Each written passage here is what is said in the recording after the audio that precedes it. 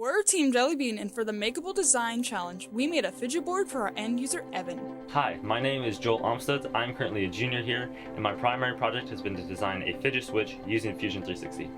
Hi, I'm Shelby Zimmerman, and my primary job for this project was working on some of the sketches, as well as a base for the fidget board. Hey, my name is Emmy. I'm a senior in high school, and I worked on the buttons for this project. Hi, I'm Sam Ernst. I'm a senior at Greencastle Antrim High School, and for this project I've been making fidget beads out of clay.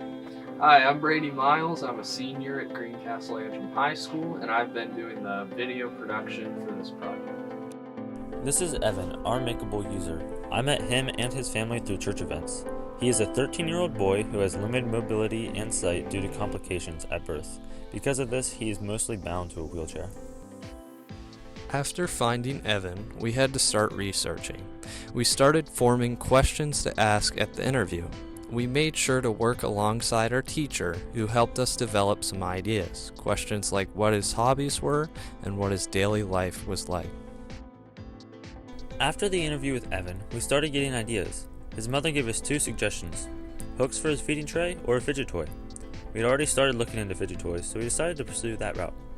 We wanted to make something that involves movement and other tools that can assist Evan. Eventually, we came up with the idea to make a fidget board, a wooden panel that had different sensory tools and fidget toys on it. We started sketching and modeling what the board would look like. Shelby handled sketching, while Emmy and Joel worked more on 3D modeling.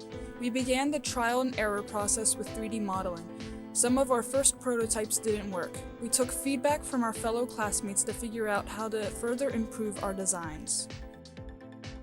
Afterwards, we worked on redefining the brief and made more 3D models that would have a better chance of being included in the final product.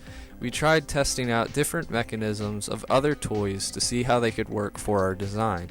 Sam continued to work on the beads to use as a fidget toy, Joel worked on making more designs for a different fidget toy mechanism, and Emmy started working on the design for the buttons.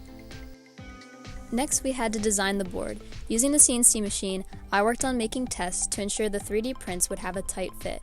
After this was achieved, I worked on making a final design for the board. We were able to replicate the basic form of the fidget board on easel, where we could visualize where the 3D parts would fit.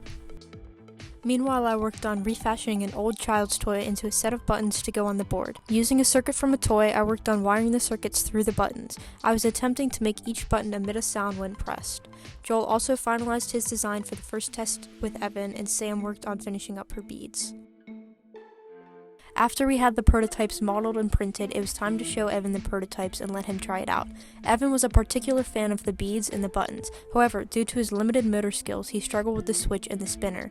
Since Evan disliked pointy objects, we didn't bother with the fidget gears. After this successful test, we laid out our next steps. I continued working with the final iteration of the fidget board, Sam worked on making larger beads, Joel worked on converting the switch to a paddle, and Emmy worked on the buttons and circuits.